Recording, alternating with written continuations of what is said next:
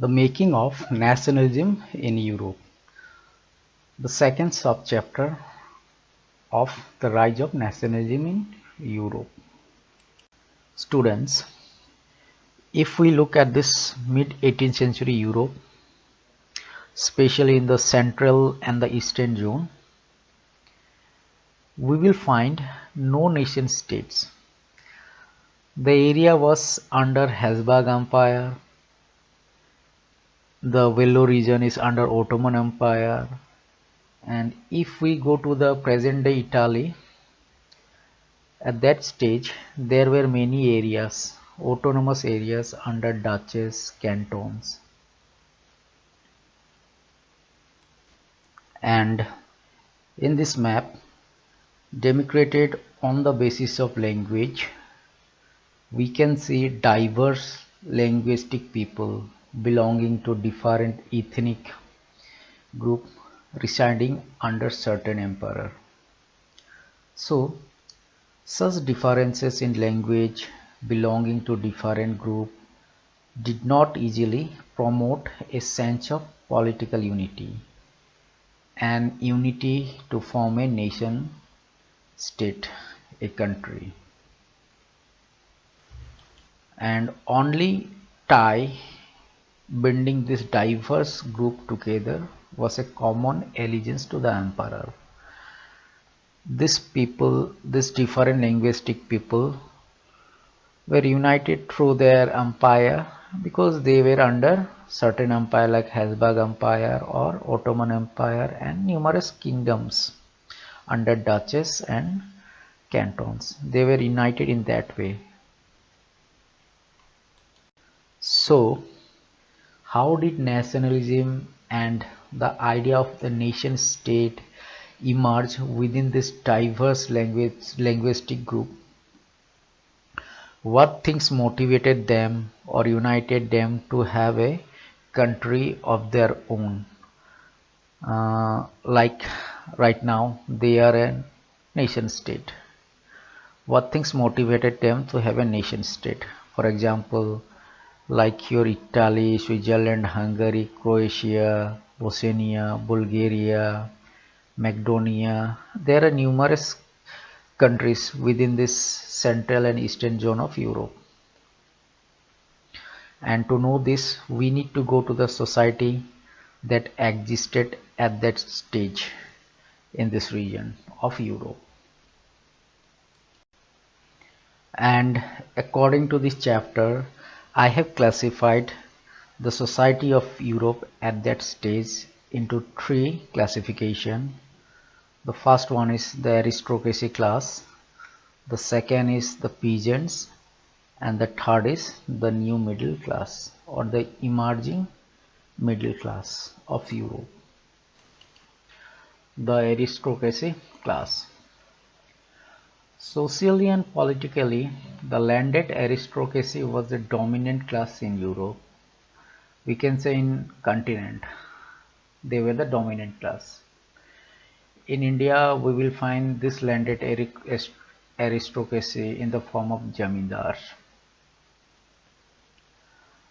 And the members of this class were united by a common way of life that cut across regional divisions.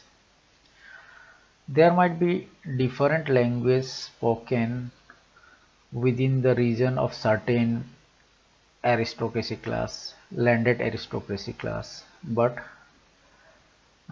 within the aristocracy group or within themselves, they had a common language and common way of life that cannot be seen within the common people. And they spoke French for purpose of diplomacy and in high society. They owned estates in the countrysides and also town house, and this indicate how rich they were. And their families were often connected by ties of marriage. So within their zone, like within the aristocracy class, there was matrimonial bondings. and beyond their class it is out of range to think of marriage. But this powerful class was numerically small in group. So all this concept of aristocracy class we can see in our region also, or it was in our region also. The peasants. The majority of population of Europe was made up of the peasantry. Anywhere in the world we will find the major population are the farmers, and it was in the case of Europe also. To the west of Europe, the bulk of land was found by tenants. Tenants means rent, land on rent, and small land owners in the western side especially. And in the eastern and central Europe, the land holding was characterized by vast estates which were cultivated by serfs. Now, serf means bonded laborers. The farmers, they had to work under this aristocratic class agriculture field to serve them without any payment. They are bonded to work under this aristocratic class. And the last one, the new middle class. Remember student, this new middle class is very important. With the growth of industrial production, there emerges new towns and cities in the western and central Europe. The impact of industrial revolution was in the western side of Europe and central Europe, not in the eastern. Remember this. Because western side is nearby to England and industrial revolution starts from England.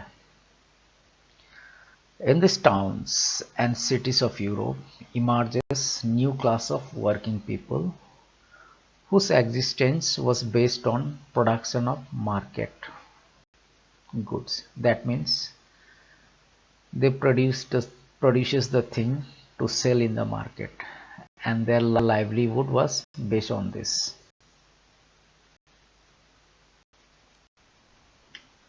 As we know students, industrial revolution started first in England in the second half of 18th century, and the impact of this industrial revolution occurred in Germany and France in 19th century. So with this industrial revolution, the impact of industrial revolution in Europe, a new social group evolves within this working middle class, and they are industrialists, traders, businessmen, professionals like lawyers, doctors, teachers and students. It was among this educated liberal middle class. Remember, liberal, that means free-minded class.